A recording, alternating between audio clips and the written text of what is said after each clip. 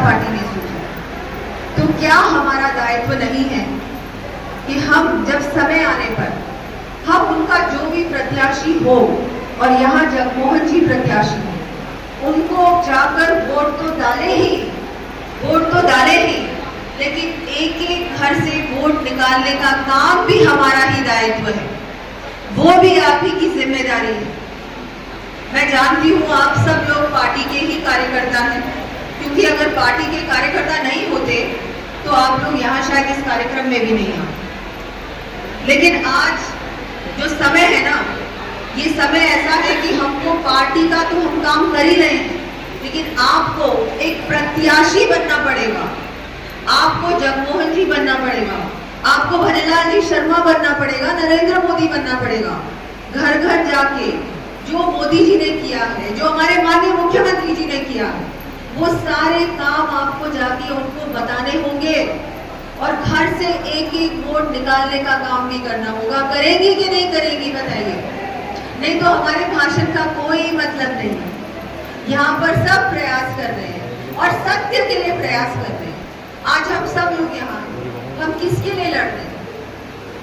मोदी जी के लिए नहीं, मोदी जी लड़ रहे हैं आपके लिए, और आप लड़ रहे हैं अपने आप के लिए। तो ये जो लड़ाई है ना, ये आपके अधिकार के लिए लड़ाई है। सामने ऐसी ताकतें हैं जो देश के हित में बात नहीं करती, देश का हित नहीं चाहती, राष्ट्र को आगे नहीं बढ़ाना चाहती, और एक तरफ ऐसी पार्टी जो महिलाओं के बारे में, महिलाओं को आत्मनिर्भर बनाने में, महिलाओं को सुरक्षित बनाने में, शिक्षित बनाने में, बच्चियों के बारे में सोचती है, जो राष्ट्र को आगे बढ़ाने के बारे में सोचती है, जो विकसित भारत बनाने के बारे में सोचती है, जो विकसित राजस्थान बनाने के बारे में सोचती है। दो तरफ देख लीजिए आप, दोनों तरफ, एक तरफ ये और एक तरफ ये। तो ये फैसला आप लोगों के हाथ में है कि क्या हम हमारे राजस्थान को आगे बढ़ता हुआ देखना चाहते हैं, क्या हम दौसा विधानसभा क्षेत्र में विकास करवाना चाहते हैं। यहाँ बहुत सारे विकास के काम हुए हैं। मैं आपको बताना चाहूंगी कि इस बजट में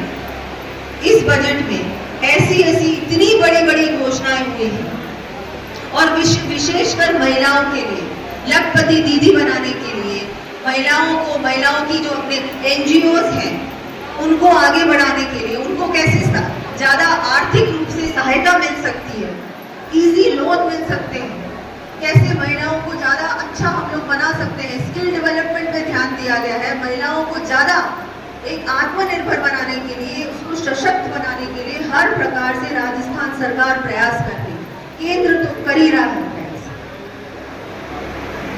अभी आपको मंजू जी ने भी बताया कि राइजिंग राजस्थान होने जा रहा है, बहुत सारा निवेश आएगा राजस्थान में, 15 लाख करोड़ के MOU साइन हो चुके हैं। ये इतनी बड़ी बात, और इसमें स्थानीय बच्चों को विशेषकर इसमें ये भी ध्यान दिया जाएगा, ज्यादा से ज्यादा महिलाओं को कैसे रोजगार से जोड़ा जाए, इसमें भी ध्यान दिया जाए। मैं दूंगी ध्यान, मुझे किसने बनाया है वित्त मंत्री। आज ये बड़ी बात है कि नहीं है कि भारतीय जनता पार्टी ने एक महिला को उप मुख्यमंत्री बनाया है कि नहीं है? कांग्रेस के समय तो मुझे लगता है एक ही मंत्री थी इनके समय। तो देखिए कितनी बड़ी जिम्मेदारी एक महिला को दी है भारतीय जनता पार्टी। तो मोदी जी, आपका पार्टी से जुड़ना, राजनीति से जुड़ना और एक पुरुष का जुड़ना बहुत अलग है। महिला जब जुड़ती है राजनीति से तो उसको बहुत कुछ करना होता है, उसको घर छोड़ना होता है, घर में व्यवस्था करनी होती है, सारा कुछ अच्छी तरह से जमा कर फिर वो घर छोड़ के अपने आप को समर्पित करती है, पार्टी के लिए काम करती है।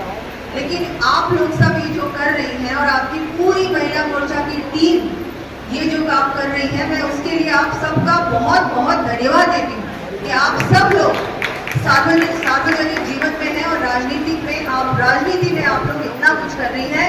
आपने बहुत सारे नेताओं को विधानसभा पहुंचाया, लोकसभा पहुंचाया, लेकिन अब वो दिन दूर नहीं है जब आप लोग भी विधानसभा और लोकसभा में पहुंचेंगे।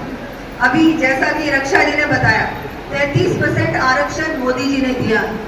वो जो दिन था मैं आज भी नहीं भूल सकती, और मैं मंजू जी को बता रही थी कि वो सौभाग्य मुझे मिला था, आपको नहीं।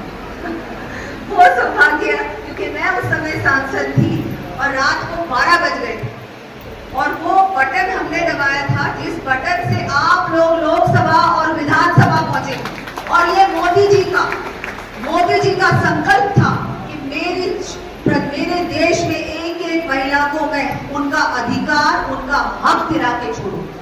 सामने विपक्ष था, कांग्रेस थी, बहुत सारी पार्टीज थी, उन्होंने बहस की। वो नहीं चाहते थे कि महिलाओं को उनका अधिकार मिले। शर्म आनी चाहिए उनको। महिला से वोट लेने का अधिकार खत्म हो गया है, उनका कोई अधिकार नहीं है उनको। आप उनको वोट देना तो भूल जाइए, वो आपको आपका जो अधिकार है ना, संसद में बैठने का, विधानसभा में बैठने का, पंचायत में बैठने का, वो अधिकार आपसे छीनना चाहते थे। इस पूरे बिल पर जो बहस हुई सुबह से लेकर रात को 12 बजे तक, ये शर्म की बात है। बहस किए बगैर वो बिल पास होना चाहिए। तो नारी शक्ति वंदन जो बिल पास हुआ है, उसके लिए एक एक महिला देश की, प्रदेश की, हमारे माननीय प्रधानमंत्री जी को धन्यवाद देती है।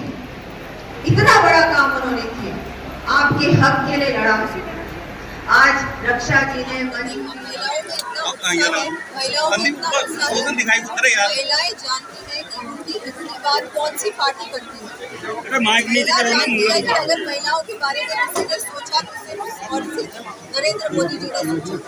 सारी योजनाओं का केंद्र बिंदु भी महिला ही है, इसलिए महिलाएं हमारे बहुत ज्यादा उत्साह है और ये निश्चित भारतीय जनता पार्टी को मैडम राहुल आरक्षण की बात की, मैडम आपने कहा कि हमने बटन दबाया था, किस तरह के देखते हैं, क्या ये मुद्दा जा पाएंगे आप? देखिए, ये मुद्दा बहुत महत्वपूर्ण है। मैं भी इसी में सांसद हूँ और मैं खुद, मुझे हैरानी हुई कि कैसे विपक्ष इस बिल पर बहस कर रहे हैं। ये तो बिल सबकी सहमति से पास हो जाना चाहिए, लेकिन हुआ नहीं। ये रात को 12 बज गए तब जाके ये पास हुआ, पूरे दिन भर पहले। इसका मतलब आप इस चीज के खिलाफ, आप चाहते नहीं कि महिलाओं को उनका अधिकार मिले। राहुल गांधी ने राज्य बताने के लिए एक बयान दिया है, उस पर क्या बायकॉट करने का बोला? राहुल गांधी जी के लेख में तो मैं घोर निंदा करती हूँ। उन्होंने राज परिवारों के ऊपर जिस तरह से टिप्पणी की, बिल्कुल ऐसी टिप्पणी है जिसमें कोई तथ्य नहीं है, कोई हिस्टोरिकल फैक्ट्स नहीं है। उन्होंने कहा कि उन्होंने रिश्वत ली, राज परिवारों ने रिश्वत ली अंग्रेजों से और ईस्ट इंडिया कंपनी को बना दी। ऐसी बात ये करते हैं जबकि हिस्टोरिकली ये बिल्कुल सही नहीं है। उल्टा उन राज परिवारों ने बहुत कुछ दिया। जब हमारे देश का एकीकरण हुआ उस समय सबसे पहले उन राज परिवारों ने ही अपनी संपत्तियां हो चाहे कुछ भी हो, सब कुछ आगे बढ़कर गवर्नमेंट को दिया। तो ये बात तो बिल्कुल ही, मुझे लगता है पता नहीं किसने उनको बता दी कि वो इस तरह की बात कर रहे हैं।